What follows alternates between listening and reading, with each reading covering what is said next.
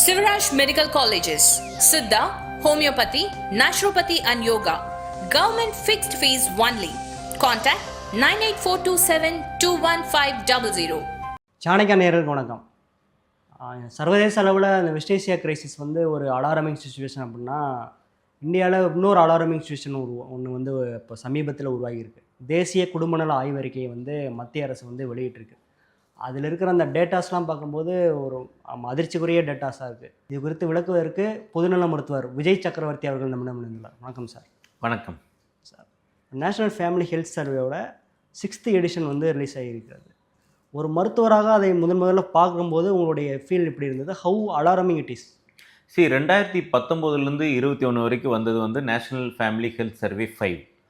அந்த 5யும் இந்த 2025 வந்த டேட்டாவையும் பார்க்கும்போது இந்த ஃபேமிலி சர்வே எதுக்கு இம்பார்ட்டண்ட் அப்படி பார்த்தீங்க அப்படின்னா, மற்ற நிறைய ஸ்டடீஸ் எல்லாமே சொல்லுவாங்க அதில் 5000 பேர் 10,000 பேர் அதில் இன்வால்வ் ஆகாங்க. பட் இது வந்து சென்ட்ரல் கவர்மெண்ட் டேட்டா, இந்தியன்ஸோட data. National family health survey என்ன சொல்லுதுன்னா, பல லட்சம் பேரை ஆய்வு பண்ணதில் பார்க்கும்போது, ஸோ பல லட்சம் பேருன்னு சொல்லும்போது அந்த ஆய்வோட நம்பகத்தன்மை வந்து ரொம்ப ஜாஸ்தியாக இருக்கும். ஸோ ரொம்ப கிரெடிபிளான ஒரு டேட்டா என்ன சொல்லுது அப்படின்னா, இந்தியாவில் வந்து உடல் பருமன் ஒபிசிட்டி வந்து ஜாஸ்தியாகிட்டே போகுது. உடல் பருமனால் வரக்கூடிய மற்ற நோய்கள், இணை நோய்கள்னு சொல்லுவோம்ல, சுகர், பிபி, கொலஸ்ட்ரால், அதுவும் ஜாஸ்தியாகிக்கிட்டே போகுது. 2021க்கும் இந்த 25-26க்குமே டேட்டாஸ் பார்த்தீங்கன்னா 6%-7% ஜாஸ்தியாக இருக்குது. அது வந்து ரொம்ப ஜாஸ்தியான டேட்டா. எஸ்பெஷலி இந்த கோவிடுக்கு அப்புறம் பார்த்தீங்கன்னா அந்த ஒர்க் ஃப்ரம் ஹோம், நம்மளோட லைஃப் ஸ்டைல், உடல் பருமன், இந்த சாப்பாடு, இது எல்லாமே மாறினதுனால சுகர், டயபெட்டிஸோட இது விகிதம் ஜாஸ்தியாகிட்டு இருக்குது. பிபி, கொலஸ்ட்ரால் அண்ட் இந்த ஒபிசிட்டி, இது எல்லாத்துக்கும் மூல காரணம் என்னது அப்படின்னா இன்சுலின் ரெசிஸ்டன்ஸ் அப்படின்னு சொல்லுவாங்க. நம்ம உடம்புல இன்சுலின் இருக்கும் ஆனால் வேலை செய்யாது. அந்த இன்சுலின் ரெசிஸ்டன்ஸ்னால் என்ன அப்படின்னா, நம்ம உடம்புல வந்து கொழுப்புகள் ஜாஸ்தியாக இருந்தது அப்படின்னா மசில்ஸ் நிறைய இருக்கணும். எல்லாரோட மசில்ஸ் இத்தனை சதவீதம், 25-30% மேலே மசில்ஸ் இருக்கணும். ஃபேட் வந்து நம்மளுக்கு வந்து 28% தான் உடம்புல இருக்கலாம். என்றைக்கு அந்த ஃபேட் 28% மேலே போகுதோ, எஸ்பெஷலி வயிறில் உள்ள ஃபேட், இடுப்பில் உள்ளது, வயிறில் உள்ள ஃபேட் ஜாஸ்தி ஆகுதோ, நம்ம உடம்புல இன்சுலின் இருக்கும் ஆனால் அந்த இன்சுலின் வேலை செய்யாது. ஸோ அந்த ஒபிசிட்டியை தான் நம்ம வந்து இன்சுலின் ரெசிஸ்டன்ஸ் காஸ் பண்ணுது, இந்த கொழுப்புகள் எல்லாமே சேர்ந்து. இதுதான் இந்த டேட்டாவில் சொல்லுவாங்க. Yes sir. இப்போ இந்த ஒபிசிட்டி வந்து ஒரு உலகளாவே உலகத்திலே ஒரு பெரிய பிரச்சனையாக இப்போ ஹெல்த்து க்ரைசிஸாகவே இருக்குது. நம்ம இப்பயுமே பார்த்திங்கன்னா நேஷ்னல் க்ரைசிஸ்ன்னு அதை சொல்கிற அளவுக்கு ஒரு பெரும் பிரச்சனையாக உருவெடுத்திருக்கு. ஆக்சுவலாக இந்த ஒபிசிட்டி வந்து எப்படி மெஷர் பண்ணப்படுகிறது? இந்த ஒபிசிட்டி வந்து ஏன் ரொம்ப இம்பார்ட்டன்ட்னா, ஒபிசிட்டினால 2 பிரச்சனைகள் ஒன்று வந்து எப்படின்னா, உடம்புல உள்ள கெமிக்கல் ப்ராப்ளம்ஸ், அதாவது சுகர், பிபி, கொலஸ்ட்ரால், இருதய தொந்தரவு, இதெல்லாம் கெமிக்கல் ப்ராப்ளம்ஸ். 2வது பார்த்தீங்க அப்படின்னா மெக்கானிக்கல் ப்ராப்ளம். அதாவது இந்த ஒபிசிட்டினால எனக்கு என்ன மெக்கானிக்கலாக என்னென்ன பிரச்சனைகள் ஏற்படுது அப்படின்னா, முட்டு வலி, குரட்டை வியாதி அப்படின்னு சொல்லுவாங்க, ஓஎஸ்ஏ. அப்புறம் நிறைய பேருக்கு உடல் பருமன், வயிறு ஜாஸ்தியாக இருக்கிறனால நெஞ்சு எரிச்சல், சாப்பிட்றதுலாம் எதுக்கழிச்சு வேலை வருது. இந்த மாதிரி மெக்கானிக்கல் ப்ராப்ளம்ஸும் ஜாஸ்தியாக இருக்கும். ஸோ அதனால தான் ரொம்ப இம்பார்ட்டன்ட் இந்த ஒபிசிட்டியை வந்து நம்ம டயக்னோசிஸ் பண்ணணும். ஏன் அப்படின்னா, இந்த ஒபிசிட்டியை டயக்னோஸ் பண்ணுறது வந்து கொஞ்சம் டிஃபிகல்ட்டாகவே தான் இருக்கும்.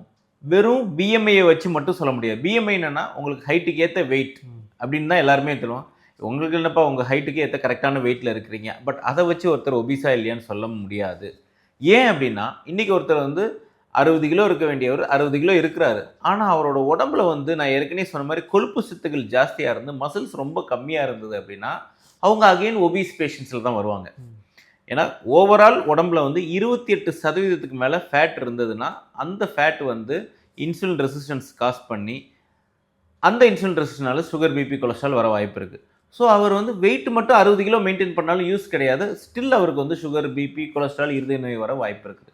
ஸோ இதை எப்படிலாம் மெஷர் பண்ணுவோன்னா, வெயிஸ்ட் சைஸ் அப்படின்னு சொல்லுவாங்க, ஹிப் சைஸ், வெயிஸ்ட் சைஸ்ன்னு சொல்லுவாங்க, வெயிஸ்ட் ஹிப் ரேஷியோ அப்படின்னு சொல்லுவாங்க. அதாவது ஒரு ஃபீமேலாக இருந்தாங்கன்னா 88 சென்டிமீட்டருக்கு மேலே ஹிப் போயிட்டுனாலே அவங்க ஒபிஸ் கேட்டகரியில் வருவாங்க. மேல்ஸாக இருந்தாங்கன்னா 94 சென்டிமீட்டருக்கு மேலே அவங்களோட ஹிப் சைஸ் இருந்தால் அது வந்து ஒபிசிட்டி கேட்டகரியில் தான் வருவாங்க. இது எதை கோரிலேட் பண்ணுதுன்னா, இந்த ஹிப் சைஸ் இது மேலே தாண்டும் போது இந்தியன்ஸ்க்கு வந்து வயிறில் உள்ள கொழுப்புகள் ஜாஸ்தியாக இருக்குங்கிறத காட்டுது. அதாவது ஃபேட்டி லிவர் அப்படின்னு சொல்லுவோம். ஸோ இதை ஃபேட்டி லிவர் தான் சுகர், பிபி, கொலஸ்ட்ரால், இருதய நோய்க்கு வந்து மூலதாரம். லிவரில் வந்து கொழுப்பு கட்டிகள் சேர்றது தான் இதோட மூலதாரம். ஸோ நம்ம எப்படி கண்டுபிடிக்கலாம் அப்படின்னா, ஒன்று வெயிட் ஹிப் ரேஷியோ, இதை வச்சு கண்டுபிடிக்கலாம். இல்லைன்னா இன்னொரு அட்வான்ஸ் ஃபார்ம் வந்து என்னென்னா பாடி அனாலிசிஸ்ன்னு சொல்லுவாங்க. ஸோ இந்த பாடி அனாலிசிஸில் என்ன தெரியும்னா, இப்போ எங்கள் கிளினிக்கில் வந்து ஒபிசிட்டி கிளினிக், என்னோடய கிளினிக் வந்து இட்ஸ் ஒபிசிட்டி கிளினிக். அதில் வந்து ஒருத்தர் எத்தனை கிலோ இருந்தாலுமே அவரோட உடம்புல வந்து எவ்வளோ ஃபேட் இருக்குது, எவ்வளோ மசில் இருக்குது, எவ்வளோ ப்ரோட்டீன் இருக்குது, எல்லா டீட்டெயில்ஸ், கால்சியம் ஃபாஸ்பேட் டீட்டெயில்ஸ் எல்லாமே வந்துடும். அதில் பார்த்தீங்கன்னா ஒருத்தருக்கு 28% மேலே பாடி வெயிட்டில் வந்து ஃபேட் இருக்குன்னா அவங்களே ஒபீஸ் தான் சொல்லுவோம். ஸோ வெயிட்டை பொறுத்து வச்சு மட்டும் கிடையாது. வெயிட் வந்து சில பேருக்கு நார்மலாக இருக்கும், சில பேருக்கு வந்து ஜாஸ்தியாக இருக்கும். பட் ஜாஸ்தியாக இருக்கிறத வச்சு மட்டும்தான் ஒபிசிட்டின்னு சொல்ல மாட்டோம். முன்னாடிலாம் பிஎம்ஐன்னு சொல்லுவோம், ஹைட்டுக்கு ஏற்ற வெயிட், அதை வச்சு கிளாஸிஃபை பண்ணுவோம். இப்போ வந்து பிஎம்ஐ வச்சு கிளாஸிஃபை பண்ணுறது வந்து பழைய கான்செப்ட். ஏன்னா நிறைய பேர் பிஎம்ஐயில் கரெக்டாக இருக்கிற மாதிரி இருக்கும், பட் அவங்க உடம்புல வந்து கொழுப்பு சக்திகள் ஜாஸ்தியாக இருக்கும். சனாதனமும் ஹிந்து மதமும் வேறு வேறா? உங்கள் கேள்விகளுக்கு பதில் தேட ஃபண்டமெண்டல்ஸ் ஆஃப் சனாதனா பயிற்சி பட்டறை ஜூன் 10 முதல் 14 வரை நேரடி மற்றும் இணைய வழி வகுப்புகள். விவரங்களுக்கு 7338824242. இப்போ அந்த சர்வேல பார்க்குறோம், கிட்டத்தட்ட 3ல் ஒரு பெண்களும் 4ல் ஒரு ஆண்களும் வந்து இந்தியாவில் வந்து ஒபேஸாக இருக்காங்க அப்படிங்கிறது. தமிழ்நாட்டில் மட்டும் எடுத்துக்கிட்டோம்னா கிட்டத்தட்ட 44% பெண்களும் 38% ஆண்களும் வந்து ஒபேஸ் கேட்டகரியில் வராங்க. இதுக்கு வந்து இந்த வாழ்க்கை முறை மாற்றம் அது மட்டும்தான் காரணமா, இல்லை ஹார்மோனல் ஃபேக்டர்ஸ் எதுவும் இருக்கும்? மேஜராக பார்த்தீங்கன்னா வாழ்க்கை முறை தான். இந்த வாழ்க்கை முறையினால தான் ஹார்மோனல் சேஞ்சஸும் வருது. ஸோ கிட்டத்தட்ட 45% ஃபீமேல்ஸ் வந்து ஏன் இந்த மாதிரி உடல் பருமனில் இருக்காங்க அப்படின்னா, நம்ம காலங்காலமாக ஃபீமேல்ஸ்னாலே வீட்டு வேலை செய்கிறவங்க, அவங்களுக்கு எக்ஸசைஸ்க்கு டைம் கொடுக்க மாட்டோம். அது மாதிரி தான் ஒரு சூழ்நிலையில் தான் இருக்குது. இல்லை வெளியில் வேலை செய்கிற பெண்களும் பார்த்தீங்கன்னா வீட்டுலையும் வேலை பார்ப்பாங்க, வெளியும் வேலை பார்ப்பாங்க. அவங்களுக்கு எக்ஸசைஸ் பண்ணுற ஒரு டைமோ ஒரு பாடியை கேர் பண்ணக்கூடிய டைம் வந்து ரொம்ப ரொம்ப கம்மியாக இருக்குது. பட் மேல்ஸ் வந்து எப்படி வெளியில் வேலை செஞ்சாலும் சரி, இது பண்ணாலும் சரி, அவங்க ரிலேட்டிவ்லி ஒர்க் பண்ணக்கூடிய, அவங்க ஒர்க் அவுட் பண்ணக்கூடிய ஸ்கோப், அந்த டைம் கொஞ்சம் இருக்குது. அப்படி இருந்துமே 38% ஆண்கள் வந்து கிட்டத்தட்ட 100 பேர் பார்த்தீங்கன்னா 40 மேல்ஸ் வந்து ஒபீஸாக இருக்கிறாங்க. 100 பேர் பார்த்தீங்கன்னா 44-45 ஃபீமேல்ஸ் ஒபீஸாக இருக்கிறாங்க. இது வந்து மிகப்பெரிய அலார்மிங் டேட்டா. ஏன் அப்படின்னா, யாரெல்லாம் 50 வருடங்கள் கடந்து, அதாவது தன்னோட 50வது வருஷத்தில் ஒபீஸாக இருந்து அந்த ஸ்டேஜ் என்ட்ராகிறாங்களோ அவங்களுக்கு வந்து நிறைய வியாதிகள் வரும். அது வந்து சுகர், பிபி, கொலஸ்ட்ரால், இருதய நோய் மட்டும் நிற்காது, உடல் சம்மந்தப்பட்டமான நோய்கள் உடம்புல ஏன்னா ஒபீஸ் பீப்புளுக்கு வந்து மசில்ஸ் கொஞ்சம் கம்மியாக இருக்கும், ஃபேட் ரொம்ப ஜாஸ்தியாக இருக்கும். அப்போது அட் ஒன் பாயிண்ட் அந்த உடம்பு வந்து தாங்கவே தாங்காது. அப்போது நிறைய இடத்துல உடம்பு வலி வந்துடும், முதுகு வலி, லோ பேக் ஏக், முட்டி வலி, இதெல்லாமே வந்துடும். ஸோ இப்படி வலிகளோட வாழ்க்கையை கடந்து போகிறது வந்து ரொம்ப ரொம்ப டிஃபிகல்ட்டாக இருக்கும். அடிக்கடி டாக்டரை போய் பார்க்க வேண்டியிருக்கும், ஸ்கேன் எடுக்க வேண்டியிருக்கும், டெஸ்ட் பண்ண வேண்டியிருக்கும், ஃபிசியோதெரப்பி இப்படின்னு. ஸோ அது ஒரு இதுவாக இருந்தாலும் நிறைய பேருக்கு இந்த குரட்டை வியாதி அப்படின்னு சொல்லுவோம். ஸோ உடல் பருமனாக இருக்கிறவங்களுக்கு வந்து குரட்டை ஜாஸ்தியாக வந்து ஆக்சிஜன் கம்மியாகி உடம்புல, கார்பன் டை ஆக்சைடு உடம்புல ஜாஸ்தியானதுக்கப்புறம் ஒரு தொந்தரவு வரும். அது வந்து ரொம்ப டயர்டாகவே இருப்பாங்க, சோர்வாக இருப்பாங்க, பேசிகிட்டு இருக்கும்போதே தூங்கிடுவாங்க, தூக்கத்தை கண்ட்ரோல் பண்ண முடியாது. எஸ்பெஷலி இந்த காலையில் ஹவர்ஸு டிவி பார்த்துட்டு இருக்கும்போதே அப்படியே கையில் ரிமோட் வச்சுட்டு தூங்கிடுவாங்க. இந்த மாதிரி வியாதிகள் தான் குரட்டை வியாதி அப்படின்னு சொல்லுவோம். இதெல்லாம் ஒபீஸ், யாருக்கெல்லாம் உடல் பருமன், உடம்பு ஃபுல்லாக வெயிட்டாக இருக்கணும்னு இல்லை, வயிறில் வெயிட் இருந்தால் கூட, வயிறில் உடல் பருமன் இருந்தால் கூட நம்மளுக்கு அது வர வாய்ப்புகள் இருக்குது. ஸோ இப்படி பல வியாதிகளோட என்ட்ராகும்போது 50வது வருஷத்துக்கு மேலே அவங்க சீக்கிரமாக டிபெண்ட் ஆகிடுறாங்க, தன்னோட வேலையை தண்ணி செய்ய முடியாத சுச்சுவேஷனுக்கு போயிடுறாங்க. ஸோ இந்த உடல் பருமனை வந்து 50வது வயதுக்கு மேலே குறைக்கிறது வந்து ரொம்ப டிஃபிகல்ட்டாக இருக்கும். ஏன்னா ஜென்ரலாகவே நம்மளுக்கு எக்ஸசைஸ் பண்ணுறது, இது எல்லாமே ரொம்ப டிஃபிகல்ட்டாக இருக்கும். ஸோ அந்த 30 and 40s குறைச்சிட்டோன்னா அது வந்து கரெக்டான டைம். அப்போ தான் வந்து உடம்பையும் குறைக்க முடியும். Yes sir. அடுத்து இந்த சர்வேயில் இன்னொரு டேட்டா என்ன சொல்லுதுன்னா, டயபெட்டிஸ் லாஸ்ட் சர்வே ஒப்பிடும்போது இந்த சர்வேல வந்து 5% வந்து இன்க்ரீஸ் ஆகிருக்கு. கரெக்ட். அதில் பார்த்தீங்கன்னா பெண்களை விட ஆண்களுக்கு தான் அதிக பாதிப்பு இருக்குது. இதுக்கு என்ன காரணம் சார்? ஒன்று என்னென்னா, டயபெட்டிஸ், உடல் பருமன் இன்க்ரீஸ் ஆனால் நேச்சுரல் டயபெட்டிஸும் இன்க்ரீஸ் ஆக போகுது. இந்த டயபெட்டிஸ் இன்க்ரீஸ் ஆச்சுன்னா அடுத்த ஹார்ட் டிசீஸ் இது எல்லாமே ஜாஸ்தியாகும். ஸோ அடுத்து வர ஒரு சர்வேவும் பார்த்தீங்கன்னா கொலஸ்ட்ரால் ஜாஸ்தியான இருக்கும், பிபி ஜாஸ்தியானதாக இருக்கும், hyper tension and cardio disease இதெல்லாம் ஜாஸ்தியான மாதிரி தான் சர்வே இருக்கும். ஸோ அதில் வந்து சர்ப்ரைசிங் எலமெண்ட்னு எதுவுமே கிடையாது. ஏன் இந்த மாதிரி ஆண்களுக்கு கொஞ்சம் ஜாஸ்தியாக இருக்குது பெண்களை விட அப்படின்னா, ஒன்று வந்து மல்டிபிள் ஃபேக்டர்ஸ் இருக்குது. அதில் ஒன்று வந்து எப்படின்னா, ஆண்கள் வந்து நிறைய நேரம் வெளியில் போகிறவங்க, வெளி சாப்பாடு அவங்களுக்கு ஆக்சஸ் அதிகம். சில பேர் வந்து காலையில் 8 மணிக்கு கிளம்பிட்டு சாயங்காலம் நைட்டு 8 மணிக்கு இல்லை 9 மணிக்கு வீட்டுக்கு வர்றவங்களாம் மெச்சாரிட்டி வெளியில் ரோட்டு கடை டீ சாப்பிட்றது, வெளியிலேயே மத்தியானம் சாப்பாடு சாப்பிட்றது, சாயங்காலம் ஸ்நாக்ஸ் சாப்பிட்டுக்கிறது. இப்போ ரோட்டு கடைகள் எல்லாமே ஜாஸ்தி ஆயிடுச்சு. சின்ன ஷாப்ஸ்லேருந்து பெரிய ஷாப்ஸ்லேருந்து எல்லாமே போய் அக்சசிபிலிட்டி இருக்குது. அண்ட் மேஜராக பார்த்தீங்கன்னா ஏன் சவுத்தில் கேரளா தமிழ்நாட்டிலலாம் இது ஜாஸ்தியாக இருக்குன்னு கேட்டிங்கன்னா பணப்புழக்கம் வந்து ஜாஸ்தியாக இருக்குது. பெர் கேபிட்டா இன்கம் கொஞ்சம் ஜாஸ்தியாக இருக்குது. மக்கள் செலவு பண்ணக்கூடிய காசுகளும் இங்கே கொஞ்சம் ஜாஸ்தியாக இருக்கிறனால அவங்களுக்கு ஃபுட் அக்சசிபிலிட்டி ரொம்ப ஈஸியாக இருக்குது. நிறைய ஐடி, நிறைய குரூப் ஒர்க் இதெல்லாமே நடக்கும்போது நிறைய பேர் அது வந்து வெளியில் போகிறது, சாப்பிட்றது இதெல்லாம் ரொம்ப காமனாக போயிடுச்சு. ஸோ அதனால் அந்த மேல்ஸ் கேட்டகரிக்கு கொஞ்சம் ஜாஸ்தியாக இருக்குது டயபெட்டிஸ். சார் அதே மாதிரி யங்கர் ஏஜ் டயபெட்டிஸ் அது வந்து அதுவும் அதிகரிச்சுட்டே வர்றதை பார்க்குறோம். இப்போ இந்தியாவில் இந்த ட்ரெண்ட் எப்படி இருக்குது? ரொம்ப ஜாஸ்தியாக இருக்குது, அலார்மிங்காக இருக்குது. ஏன் அப்படின்னா 30 வயதுக்கு முன்னாடியே நிறைய பேருக்கு டயபெட்டிஸ் ஆரம்பிச்சிருது, இல்லை ப்ரீ டயபெட்டிஸ்னு ஆரம்பிச்சிருது. 30 வயது தாண்டின உடனே ப்ரீ டயபெட்டிக்ஸ் ஆர் டயபெட்டிக் போயிடுறாங்க. 35 வயசில் எல்லாருக்குமே நிறைய பேருக்கு டயபெட்டிஸ் பார்க்குறோம். ஏன் இந்த அலார்மிங் சேஞ்ச் அப்படின்னு பார்த்தீங்கன்னா, ஒன்று வந்து ஹெரிடிட்ரி, அதாவது தன்னோட குடும்பத்தில் அம்மா அப்பா தாத்தா பாட்டிக்கு சுகர் இருந்ததுன்னா அவங்களுக்குலாம் அந்த ஜீன்ஸ் வந்துடும். ஜீன்ஸ் வந்த உடனே எல்லாருக்கும் சுகர் வந்துடாது. நம்ம லைஃப் ஸ்டைலும் மோசமாச்சுன்னா இமீடியட்டாக சுகர் வந்துடும். ஸோ ஒருத்தருக்கு வந்து தன்னோட தாத்தா பாட்டி அம்மா அப்பாவுக்கு சுகர் வந்திருக்குன்னா அந்த ஜீன்ஸ் வந்துடும். பட் அவரே அது ஹெல்த்தியான டயட் எடுத்துக்கிறாரு, நல்ல டெய்லியும் உடற்பயிற்சி ஒரு 1.5 hours நல்லா பண்ணுறாரு அப்படின்னா இந்த சுகரை வந்து நம்ம தள்ளி போடலாம், இல்லை தவிர்க்கவும் செய்யலாம். பட் அவருக்கு ஜீன்ஸும் வந்துருச்சு, அவரும் தன்னை டேக் கேர் பண்ண மாட்டேங்கிறார். வெளியில் சாப்பிட்றது, நைட்டு சாப்பிட்றது, பிரியாணி சாப்பிட்றது, அண்ட் இந்த மாதிரி ரொம்ப உடல்நிலைய எக்ஸசைஸ் எதுவுமே பண்ணுறதில்ல. Stress, over eating, carb craving இதெல்லாம் ஜாஸ்தியாகி இது பண்ணார்னா அவருக்கு சீக்கிரமாகவே வந்துடுது. ஸோ இதில் வந்து 2 hit ஹைபாத்தசிஸ்ன்னு சொல்லுவாங்க. வெறும் பரம்பரையினால் மட்டும் கிடையாது, இல்லை வெறும் சாப்பாடுனாலும் மட்டும் கிடையாது. இது ரெண்டும் வரும்போது ரொம்ப சீக்கிரமாக வந்துடுது.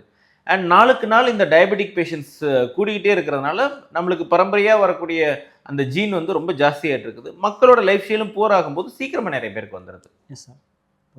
இப்போது ஒபேஸாக பாதிக்கப்பட்டவங்க நிறைய பேர் வந்து இப்போ ஜிம்முக்கு போகிறேன், டயட் இருக்கேன்னு சொல்லிட்டு அவங்களாம் செல்ஃபாகவே ஆரம்பிப்பாங்க. அவங்க வந்து கலோரிக் கான்சியஸாக இருக்கேன்னு சொல்லிட்டு எல்லாத்தையும் வந்து ஒதுக்குறது, அதாவது ரொம்ப ரெஸ்ட்ரிக்ட் பண்ணுறது, அதெல்லாம் ஆரோக்கியமானதா? அதை எப்படி பார்க்குறேன்? நம்ம வெயிட்டு நிறைய பேர் இன்டர்மீடியன்ட் ஃபாஸ்டிங், கேலரி ரெஸ்ட்ரிக்ஷன் இதெல்லாமே பண்ணி குறைக்கிறாங்க. அதில் என்ன ப்ராப்ளம் அப்படின்னா வெயிட் குறைஞ்சிரும். பட் இந்த டயட்டை நம்ம விடும்போது அகைன் வெயிட் கூடிடும். அது யூஸ்லெஸ்ஸாக போயிடும். எக்ஸாம்பிள் ஒருத்தர் வந்து ஒரு 2 மாதம் இன்டர்மீடியன்ட் ஃபாஸ்டிங் இருக்கிறாருன்னா 4வது மாதம் வந்து அது இதெல்லாம் விடும்போது 3வது மாதம் 4 மாதத்துக்கு அப்புறம் ஒரு 4-5 months அது அப்படியே ரீகெயின் ஆகிடும். ஸோ நம்மளால் என்ன டயட்டை எப்போவுமே ஃபாலோ பண்ண முடியுமோ அதை ஃபாலோ பண்ணோம் அப்படின்னா slow sustained weight loss life long sustain ஆகும். எக்ஸாம்பிள், சார் எனக்கு வந்து சுகர் வந்துருச்சு, நான் என்ன மாதிரி தரணும்? ஃபஸ்ட்டு கம்ப்ளீட்டாக எல்லா ஃபார்ம் ஆஃப் சுகர்ஸையும் அவாய்ட் பண்ணிடணும். எனி ஃபார்ம், அது ஜாகரியாக இருந்தாலும் சரி, எதுவாக இருந்தாலும் சரி, நான் சுகர் அவாய்ட் பண்ணுறேங்கிற ஒரு முடிவு எடுத்துடணும். ரெண்டாவது வந்து இன்க்ளூடிங் ஃப்ரூட்ஸில் இருக்கிறது வந்து சுகர் கிடையாது, ஃப்ரக்டோஸ்ன்னு சொல்லுவாங்க. சுகர்ஸ் சேஃபான ஃப்ரூட்ஸ் வந்து ஆப்பிள், பப்பாளி, கொய்யாப்பழம், தர்பூசணி, ஸ்ட்ராபெரிஸ் இதெல்லாமே கொஞ்சம் சேஃபான ஃப்ரூட்ஸு.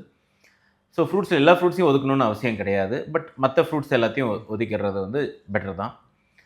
இதில் பார்த்தீங்கன்னா அவங்க சாப்பிடக்கூடிய அந்த இதில் பார்த்தீங்கன்னா ப்ராசஸ் ஃபுட், அல்ட்ரா ப்ராசஸ் ஃபுட்டை டெஃபினட்டாக வந்து ஒதுக்கிடணும். இந்த கவர்ட் சிப்ஸு, லேஸ், குர்குரே இந்த மாதிரி ப்ராசஸ் ஃபுட்டு, ப்ராசஸ்டு இது டின்டு ஃபுட்ஸு இதெல்லாம் சாப்பிட்றத அவாய்ட் பண்ணாலே இன்சுலின் ரெசிஸ்டன்ஸ் டெஃபினட்டாக கம்மியாகும்.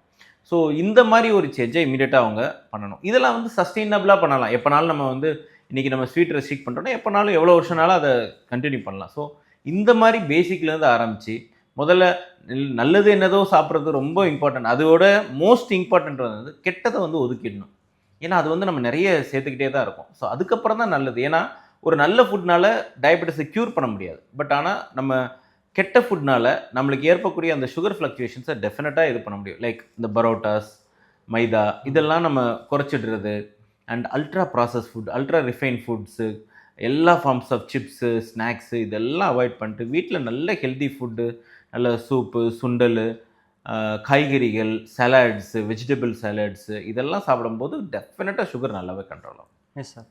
இப்போ இந்த ட்ரெண்டை ரிவர்ஸ் பண்ணுறதுக்கு வாய்ப்பு இருக்கா? அப்படி ரிவர்ஸ் பண்ணுறதுக்கு வாய்ப்பு இருக்கும் பட்சத்தில் கவர்மெண்ட்டும் தனி மனிதரும் என்னென்ன பண்ணணும்னு நீங்கள் நினைக்கிறீங்க?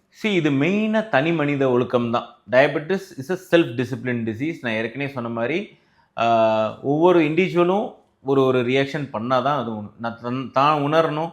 ஐயோ இந்த வெயிட்னால நம்மளோட 30s and 40s நிறைய பார்த்தீங்கன்னா இன்ஃபர்டிலிட்டி ரொம்ப ஜாஸ்தி ஆயிடுச்சு. 35 years 36 இயர்ஸில் நிறைய பேருக்கு குழந்தை பிறகுலே ரொம்ப டிஃபிகல்ட்டாக இருக்குது. அது மேல்ஸ்க்கும் சரி ஃபீமேல்ஸ்க்கும் சரி.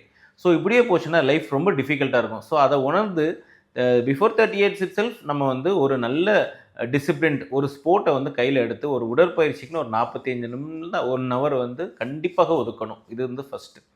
ரெண்டாவது வந்து டயட்டை வந்து கம்ப்ளீட்டாக எல்லாத்தையும் ஒதுக்கிட முடியாது. ஏன்னா இன்றைக்கி கண் ஃபுல்லாக இருக்கிறது வந்து நம்ம கண் முன்னாடி எல்லாமே பிடிச்சதாகவே எல்லாம் இருக்கும்.